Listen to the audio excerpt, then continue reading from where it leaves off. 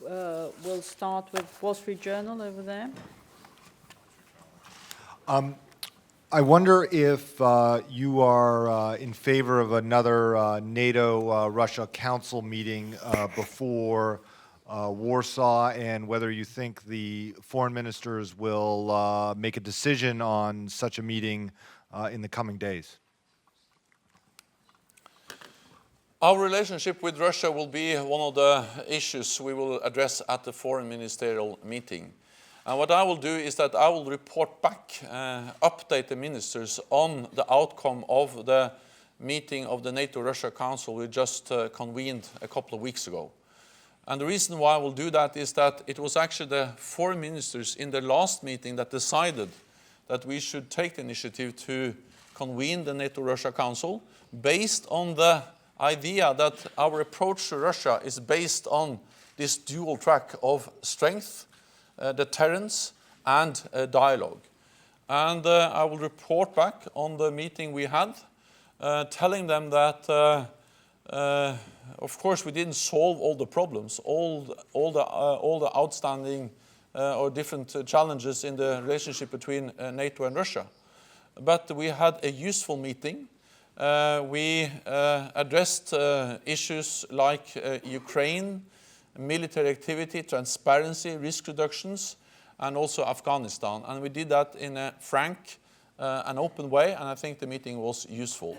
This I will inform the ministers about, and then based on that, we will have a discussion related to convening a new meeting of the NATO-Russia Council. So a possible further meeting of the NATO-Russia Council will be discussed at the Foreign Ministerial meeting, and I think it's wrong if I start to prejudge the outcome of that discussion, which will then take place tomorrow. Montenegro Public TV, first row.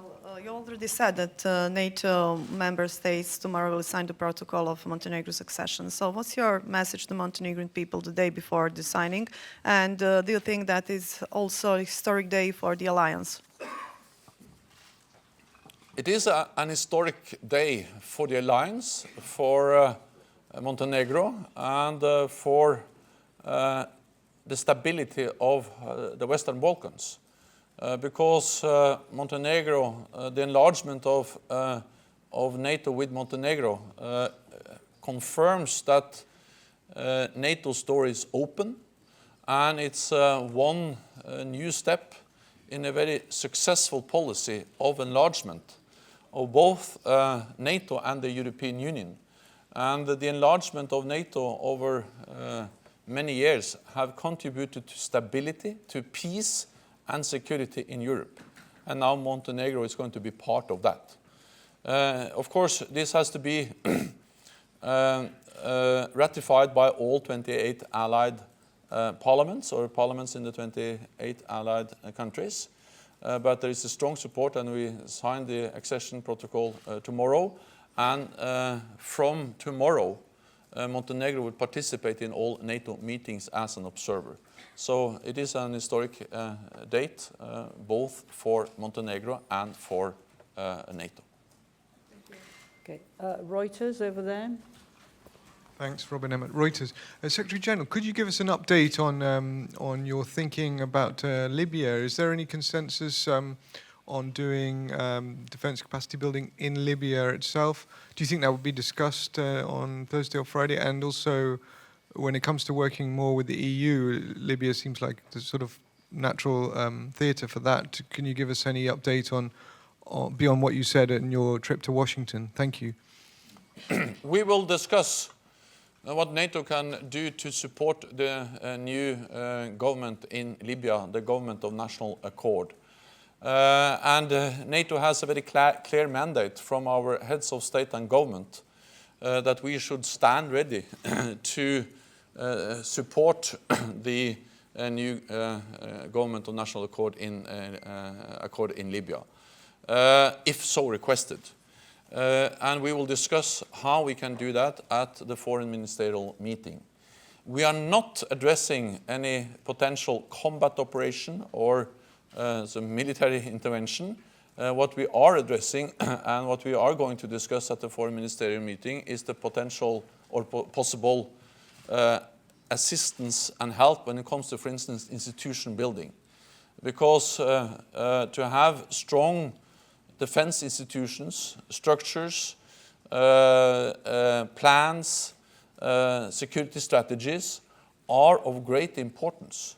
And of course, the more we are focused on how we can train and help Libya, the more important it is also to have the structures and the institutions which these soldiers can work as part of or in support of.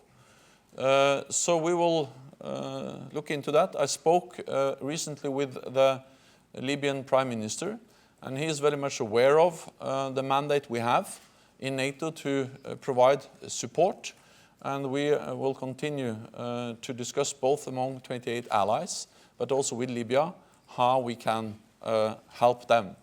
And of course, everything NATO does will be in close coordination with the efforts of the European Union, UN, and others, and it has to add value to the efforts of others.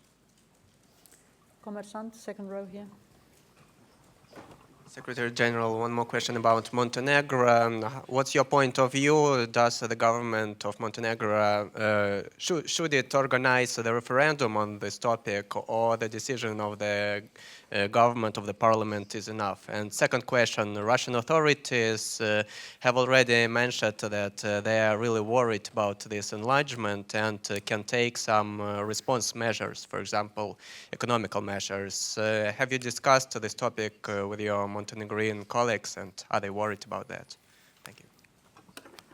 It is a fundamental principle that every nation, every independent sovereign nation, has the right to decide its own path, including to decide what kind of security arrangements it wants to be part of.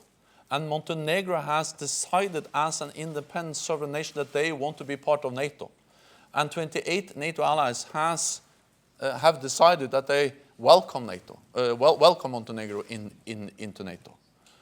And therefore, I very strongly believe that there is absolutely no reason whatsoever to try to deny Montenegro that right to make their own independent sovereign decisions.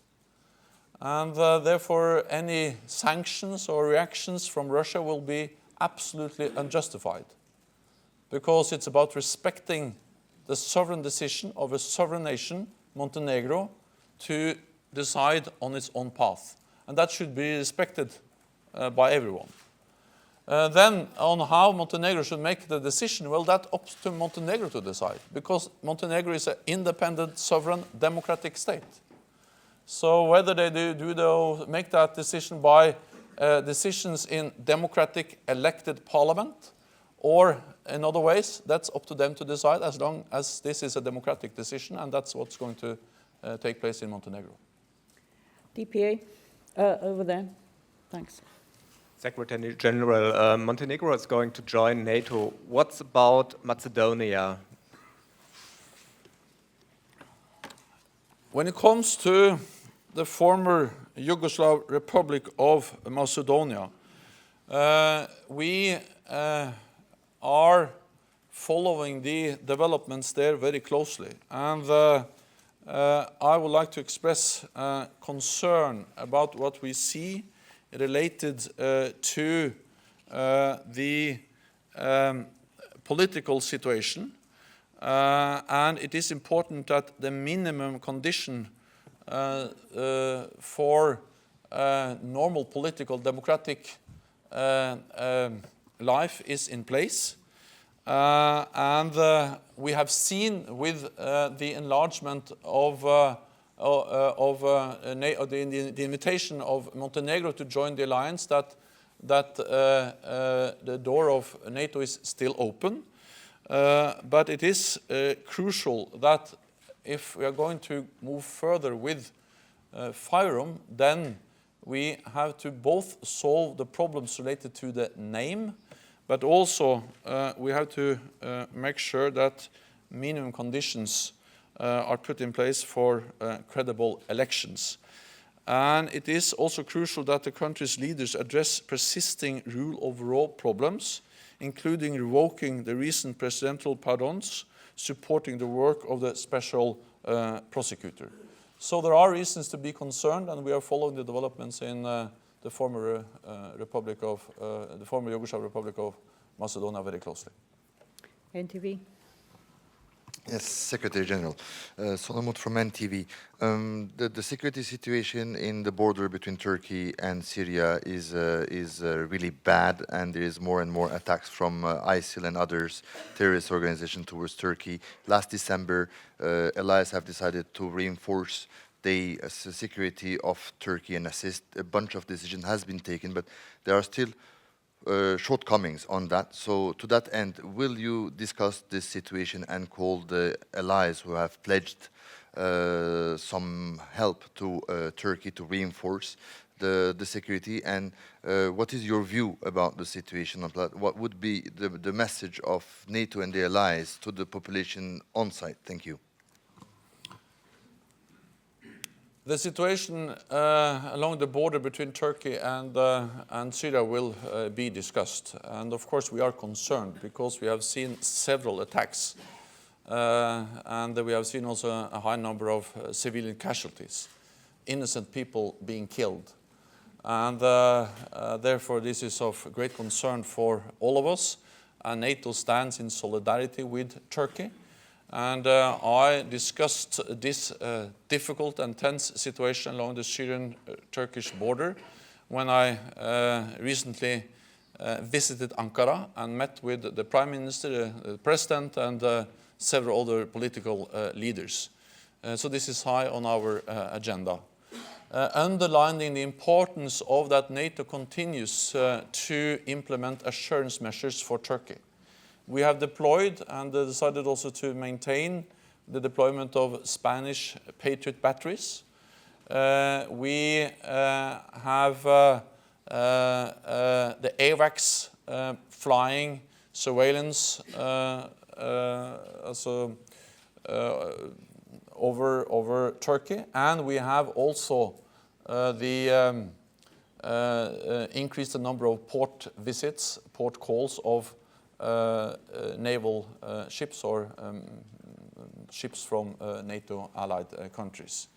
We are looking into what more we can do, but I think the important message is that the situation along the Syrian-Turkish border underlines the importance of one of the main topics of the Foreign Ministerial meeting, and that is how can we project stability beyond our borders, because we see the very close link between stability in our neighborhood and threats against our countries and our territories and our borders. And therefore everything we can do to support the efforts of the coalition fighting ISIL is also important for Turkey. As I said, we are now looking into whether we shall step up, increase our efforts to train Iraqi officers, increasing their capability to fight ISIL. And we will look into what more we can do in providing support for the coalition fighting ISIL. Agence France Presse. Secretary General, I'm here, sitting here. Thank you. On the question of the coalition against ISIS, there has been a request by the U.S. authorities, government, for NATO to play on its own a role in this coalition. Will this be discussed, or will the decision be made during the coming 2 days? And on the AWACS, there was a decision to do backfilling. Has this started, and in which countries especially has it started to the backfilling to the US? There has been talk of the US also requesting a direct deployment of AWACS above Syria and Iraq. Is this being considered, and will the decision be made? Thank you.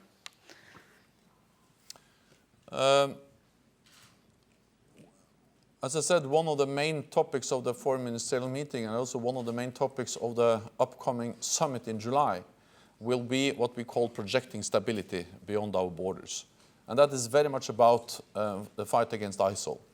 And the main message there is that, of course, NATO has to be ready and able to deploy large number of combat forces into combat operations also in the future, as we have done in the Balkans, in Bosnia-Herzegovina, in Kosovo, or in Afghanistan. But I think that more and more focus has to be put on how can we enable local forces to fight terrorism themselves, to stabilize their own country and to defend themselves. And that's actually what NATO now is doing in Afghanistan, where we ended our combat mission, but we do a large-scale train, assist and advise operation to enable the Afghans to fight terrorism themselves. That is what we are now starting to do in Iraq, training Iraqi officers in Jordan and looking into whether we should do also that inside Iraq. And that, of course, is one element in our support to the coalition fighting ISIL. And when we also work with countries like Jordan and Tunisia, stable countries in the region of turmoil and violence, I think that's extremely important to help them now, to help them to maintain their strength and the stability to be able to fight ISIL. So when, for instance, we have started to work with Tunisia on special operation forces, on intelligence, that's also part of our efforts to fight ISIL and to fight terrorism. And we are also looking into the question of AWACS. It has been some dialogue on what kind of needs that the coalition, what kind of support the coalition need. But we have a good dialogue both with the US and the US-led coalition, looking into the possibility of NATO providing AWACS support for the coalition. Spiegel at the back. Mr. Secretary General, one question concerning the troop enlargement in Eastern Europe. You just mentioned it, that NATO will certainly go along the international treaties. One of them, or one of the important ones for NATO, certainly is the Russia-NATO treaty.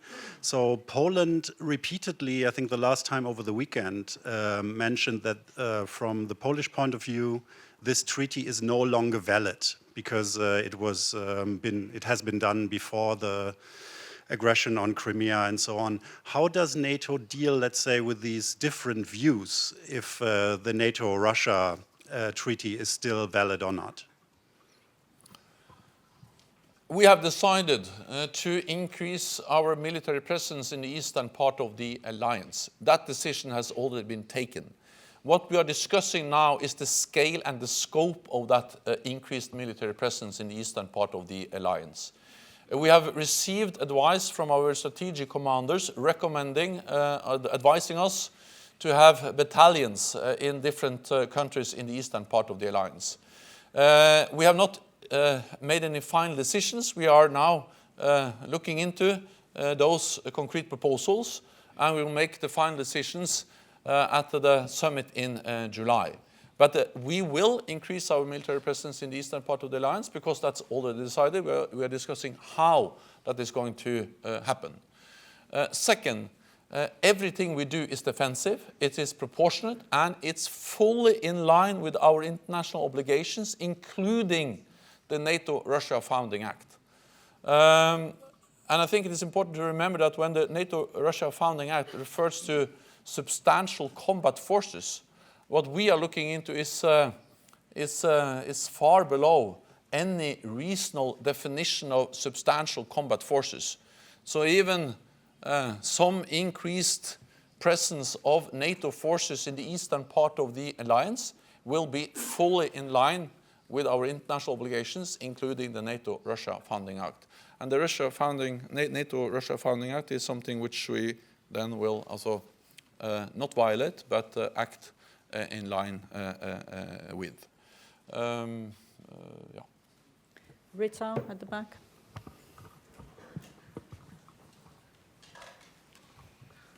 Thomas Lauritsen from the Danish newspaper Politiken.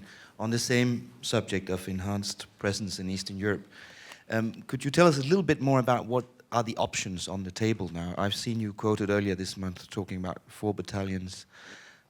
How many countries are we talking about, and what numbers? That's a very good question. Yeah, but the problem is that I'm not able to answer it because, and actually I'm able to answer it, but if I answer, that would be a bad answer. Meaning that it's too early for me to give you the details because we are now in the process of deciding the details. And I think that before we have decided the details, it will be wrong if I start in a way to go too much into the specifics, because that can only create misunderstandings and also make the process inside NATO more difficult. So of course there are concrete proposals on the table. It's about the size of the forces in which countries and so on.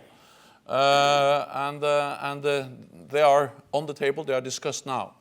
But since I would very much like to be able to provide you with a very precise answer later on, either after the Defense Ministerial meeting in June, where I guess that we will be able to be more concrete, or at least after the summit in July, where we make the final decisions, I have to refrain from being too specific.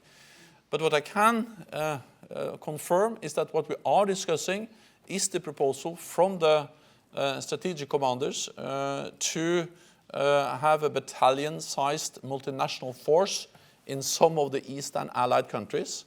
And I can tell you that some of them are the Baltic countries, and we are looking into this proposal. And the important thing is that it has to be a multinational force, because a multinational presence sends a very clear signal that an attack on one ally will be an attack on the whole alliance. So the importance of this forward presence is not that it's going to be so very big, but the importance is that it is a multinational presence, sending a clear signal that we stand together, united. And the forward presence has to be combined, or is going to be combined, with enhanced ability to reinforce if needed. So you have to also understand that the forward presence is linked to the higher readiness, the higher responsiveness of our forces. And we have already decided to triple the size of the NATO response force. And part of that is the new very high readiness joint task force, or the spearhead force, brigade-sized force, which can deploy on a very short notice. So forward presence, increased ability to reinforce, is delivering the deterrence and the defense which is needed. Add to that we are also investing in infrastructure, in pre-positioning of equipment, ammunition, and that the US is in the process of quadrupling its funding for US presence in Europe, quadrupling the funding for what they call the European Reassurance Initiative, deploying brigades and equipment in Europe, which will then also increase both our presence and our ability to reinforce. So this is a big thing altogether. Forward presence in the eastern part is just one element of a more comprehensive approach. Radio Free Europe, then. Yeah, thanks. Thank you. Mr. Secretary General, to what extent is Afghanistan important for NATO at this stage, and what specific financial pledges are you going to make during the ministerial meeting? Thank you. Afghanistan is very important for NATO. It's important for NATO for at least two reasons. It is important for NATO because we know that a stable Afghanistan is also good for our security. And we have to remember that the reason why NATO and NATO allies and partners went into Afghanistan more than 13 years ago, or more than 10 years ago, was a direct response to a terrorist attack on the United States, a NATO ally. So a stable Afghanistan is important for Afghanistan, but it's also important for us and our security. Second, of course, Afghanistan is important for NATO because this is our biggest military operation ever. And we have been there for many, many years. And we have had many, many troops there. And we have paid a high price. Casualties, people have paid the highest price. and as in all ways, this has been a big investment, a huge investment of the alliance in the stability and the security of Afghanistan. We are now going to address the future of the rescue support, our train, assist and advise mission. And as I said, I think the idea of not doing big combat operations, but train local forces to defend themselves and to keep their country safe is an idea which we have actually implemented in Afghanistan.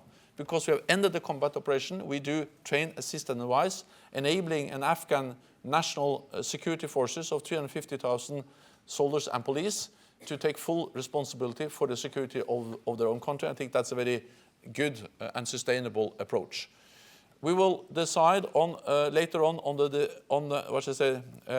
the future of the rescue support mission beyond 2016, and we will also make decisions on funding for the Afghan National Army and security forces.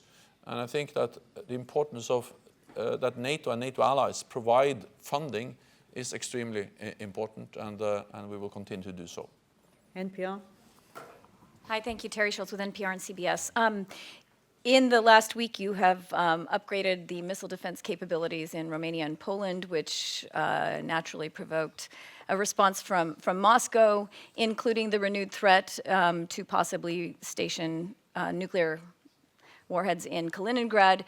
We've also seen increased, continued buzzing of Estonian airspace, for example. How would you gauge Russia's response, and if you have any new message to them other than the one that we've heard for years about ballistic missile defense in this case, what would that be? Thanks. What we have seen is that Russia is behaving in a more assertive way in many different theaters and areas. And we have seen, for instance, the irresponsible and unsafe behavior of Russian planes coming very close to NATO ships and planes in, for instance, the Baltic region. For us, this just underlines the importance of the dual-track approach of NATO in our relationship with Russia. We need strength, we need deterrence, and we are delivering on that. We are implementing the biggest military adaptation of NATO since the end of the Cold War. At the same time, it underlines the importance of transparency, predictability, dialogue with Russia. And I think that both the downing of the Russian plane over Turkey and the incidents we have seen in the Baltic Sea and the Baltic region with the buzzing of the American ship highlights the importance of that we enhance mechanisms of risk reduction, transparency, predictability, so that we try to avoid that kind of incidents and accidents from happening again. And if they happen, make sure that they don't spiral out of control and create really dangerous situations. So it may be that I've said something similar to this before, but it's very much the same message, because we are confronted with the same kind of Russian behavior. Georgian Public Broadcaster. Georgian Public Broadcaster, Mr. Secretary General, as we're waiting and preparing for Warsaw Summit, my first question is about meeting in Warsaw. How NATO is going to reconcile the commitment to the open door policy with the political and military policy in which Russia remains? We read statements made by a Russian Foreign Affairs Minister. He warns Sweden against NATO membership. He warns Georgia. And at the same time, some Georgian politicians, even members of parliament, say that open door policy of NATO is increasingly selective, and it is not because Georgia is failing to meet expectations.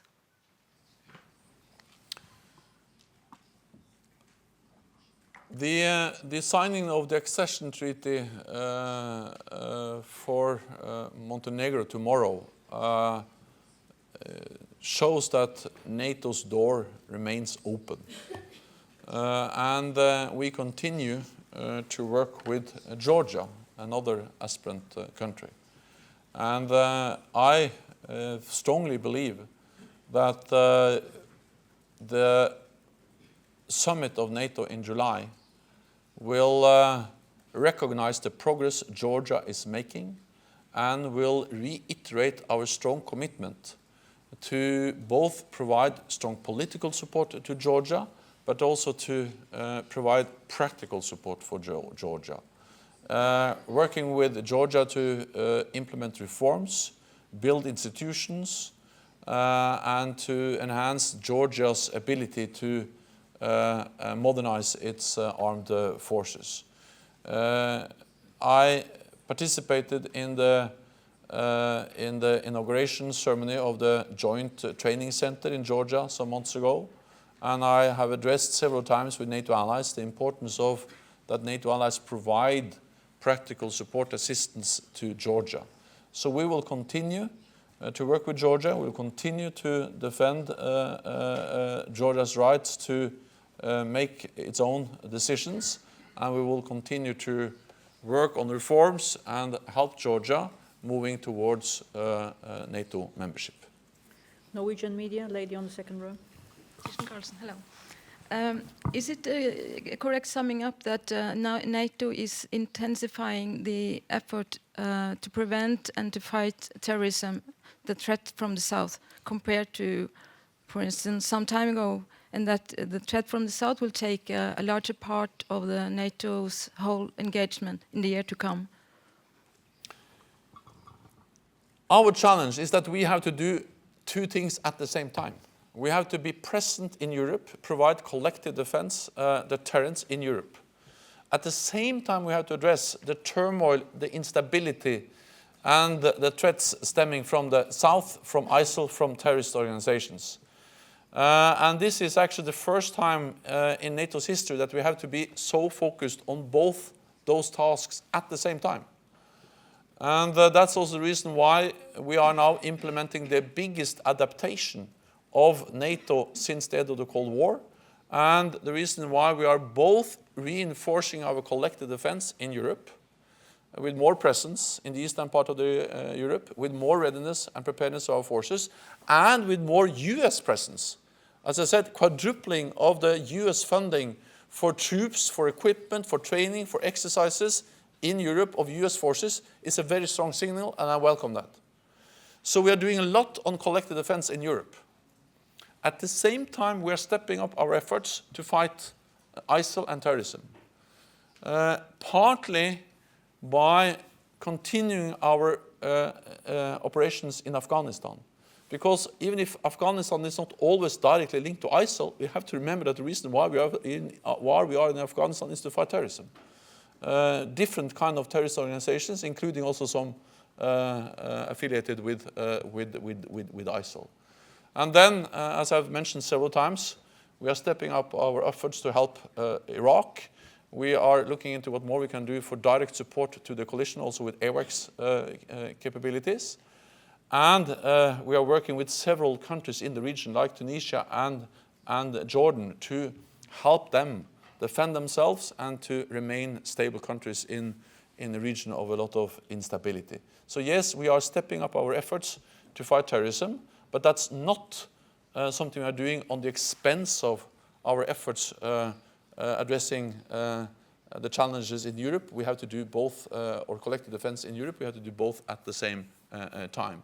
And this is a 360-degree approach, and collective defense is also about threats stemming from the south. For instance, Turkey is attacked regularly from the south, from Syria. So I think that we have to understand that collective defense is also about the south, and stabilizing our neighborhood is also about the east, when we work with, for instance, countries like Moldova, Ukraine, and other countries in our eastern neighborhood. So this is a huge challenge, but NATO has been able to respond and adapt. We're going to end with two questions in the first row here. So we start with Ukrainian media and then with Kuna. For Euro-Atlantic cooperation. Secretary General, when do you think you will meet with Russia again? Before summit of NATO in Warsaw, or any other idea? And the second question, if you will discuss with Russian side about Ukraine, which message you are going to provide them? And the third one, are you satisfied how the Minsk agreement is implementing? Yeah. First, when we'll meet in the NATO-Russia Council again, it's too early to tell. But I would like to underline that I believe that we should meet in the NATO-Russia Council because the NATO-Russia Council is a platform for political dialogue with Russia. And after the illegal annexation of Crimea back in 2014, NATO decided to suspend practical cooperation, but we decided not to suspend political dialogue. And since the NATO-Russia Council is part of this political dialogue, I believe that we should meet again. Exactly when, that's too early to tell, but it's going to be discussed with the foreign ministers tomorrow and the day after tomorrow.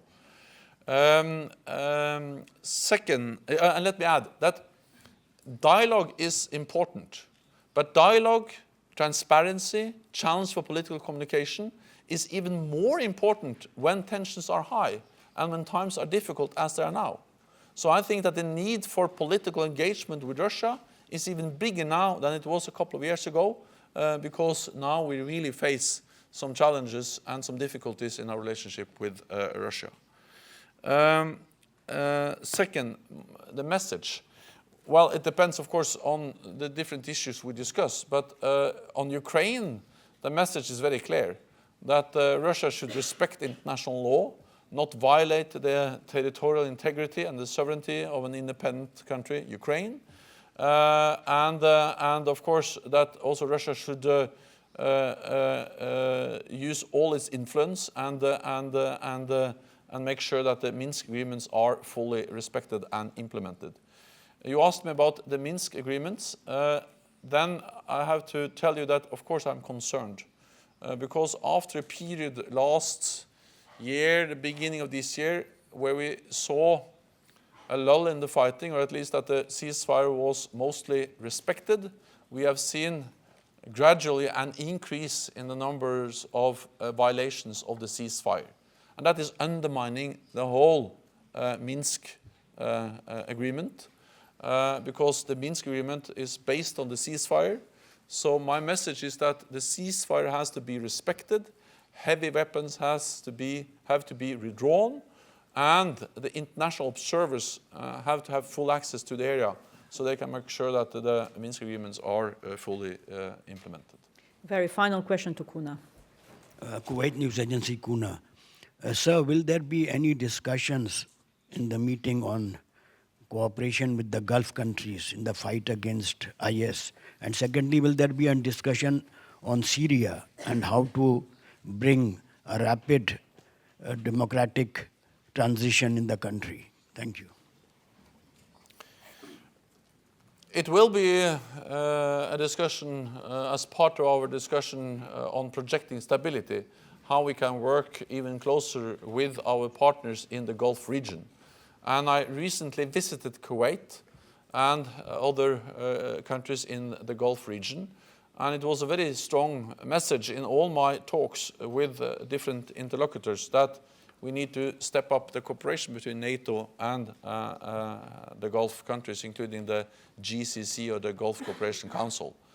I'm really looking forward to the opening of a new NATO